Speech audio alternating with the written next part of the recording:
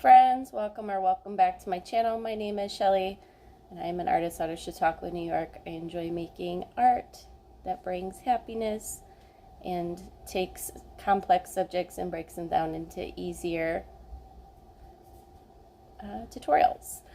So let's go ahead and get started on this painting. First things that you're going to need to do is make a blank canvas, and you're just going to make sure your pencil works. This syncs the pencil to the program. Alright, so go ahead and grab your orange. We're going to need a airbrushing tool. We'll go with soft brush. Make it kind of a big brush. Next we'll need a kind of like a gray blue to do the top, and grab your Gaussian blur and just blur that out. We need a little bit more orange. Oops, we're still blurring. Go back with that soft brush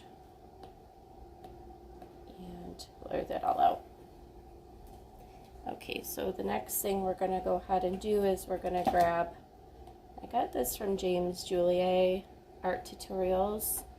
We're going to go ahead and grab the rainforest brush under organic, and I guess size 4% is pretty good. We're just going to grab a gray. Ooh, we need a little bit smaller than that. Let's go with 2%.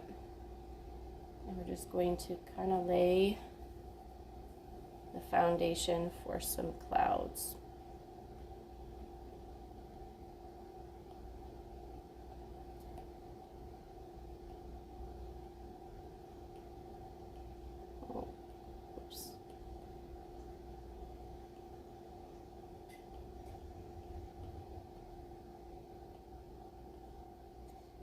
And then make it larger so that the top of the page can have some fluffy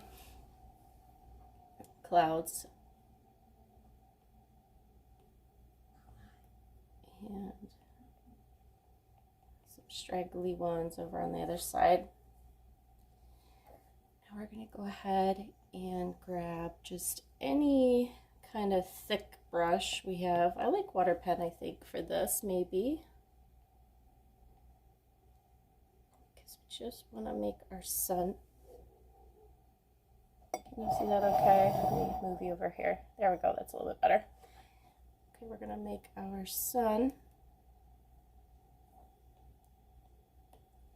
Go around the outside of the sun. It's a very light yellow.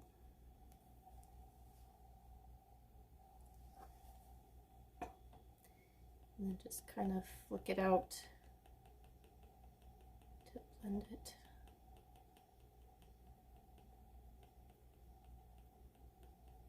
This is with our handy dandy little blending tool.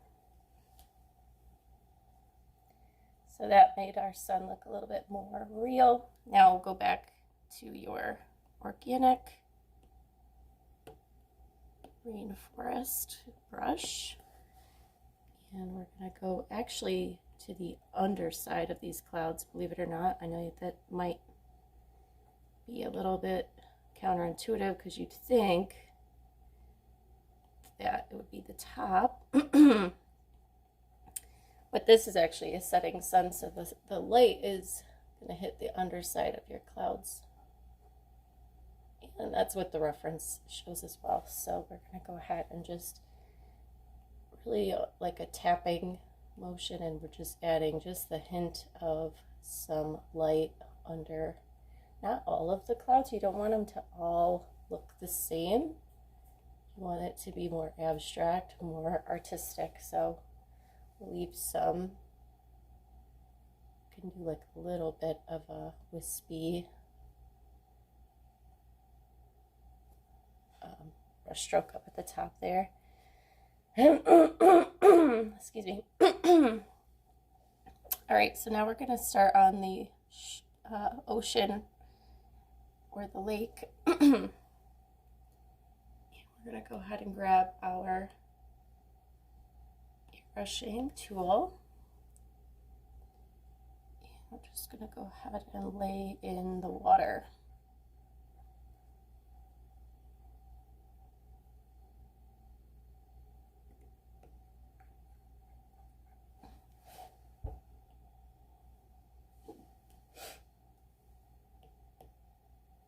We're going to add a lot more definition to the water in just a moment. Now go ahead and grab your black. It does help to have a reference photo, but yeah, I've painted this so many times at this point that I feel pretty confident in what I'm doing. But some good places to get reference photos would be like publicdomain.com, I believe is one of the websites you can go to. Or you can just Google public domain images or head outside and take your own sunset picture. And as you can see, it's coming along. I think I'm going to make this a smaller brush because I want to have more control over the ridges and the bumps of my land. I don't know why, but when we take pictures, we oftentimes like to frame it so that we're getting the land that frames the sun a little bit, I've noticed. So my land is going to get thinner towards the middle of the page.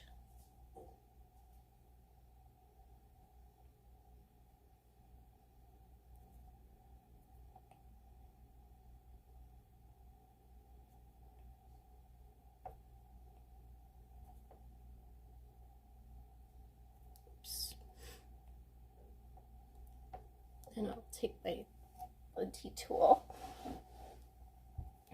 just kind of go along the edge to crisp it out and make it more reflective against the water.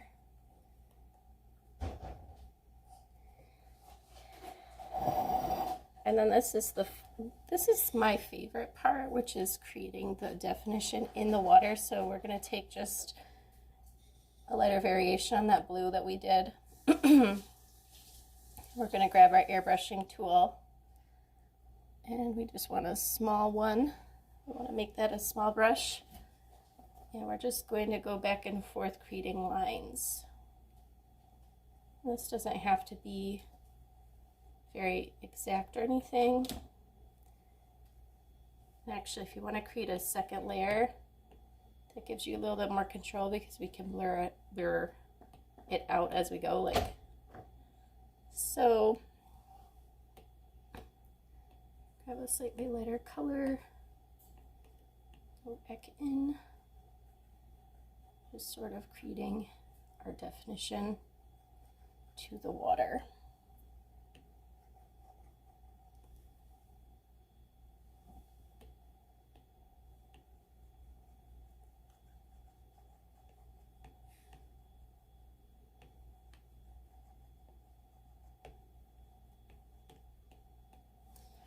Okay, and I like that. So now we need our reflection from the sun, and for that I'm going to go with calligraphy, and I think we'll go with, let's try this shale brush, see what that looks like.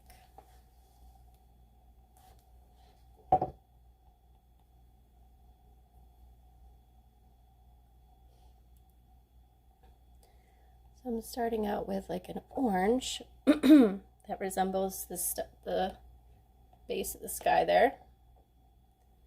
And then I'm going to go in with light and bring some of that orange back in.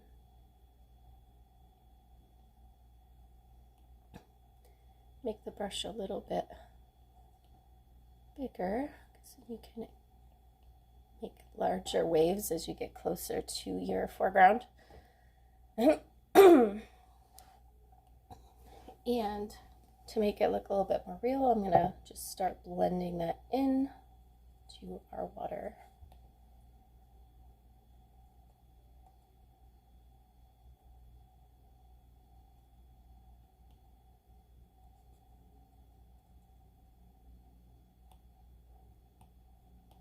All right.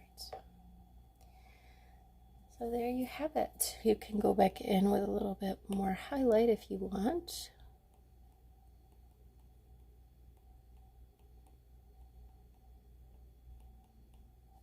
Okay, and then I want to go ahead and add in my waves, my more detailed waves in a moment here. So I'm going to grab like a navy. I'm just going to go ahead and draw in some lines.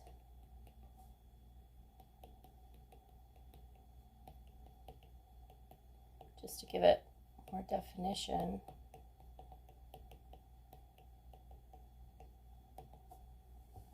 And I'll go from the edge inward a little bit.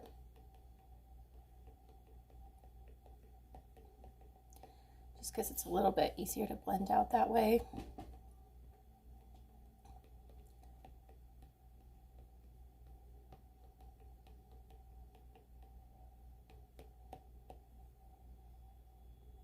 See if we can blur that.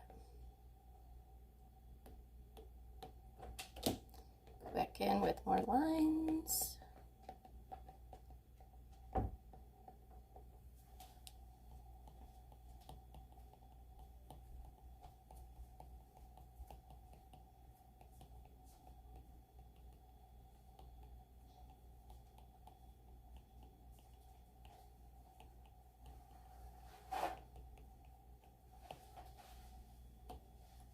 Go ahead and blur that out a little bit. And there you have it, our beautiful sky and lake painting. Now you can sign it if you feel up for it. Wasn't that so easy?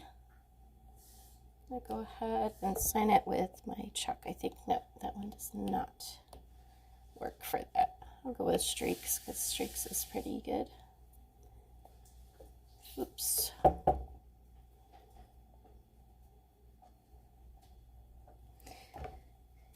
And now we're done. I hope you enjoyed this tutorial. I hope this made everything easy. And I hope you'll try this at home. Have a great day, guys. Thanks for watching. Make sure to like, share, and subscribe. Goodbye.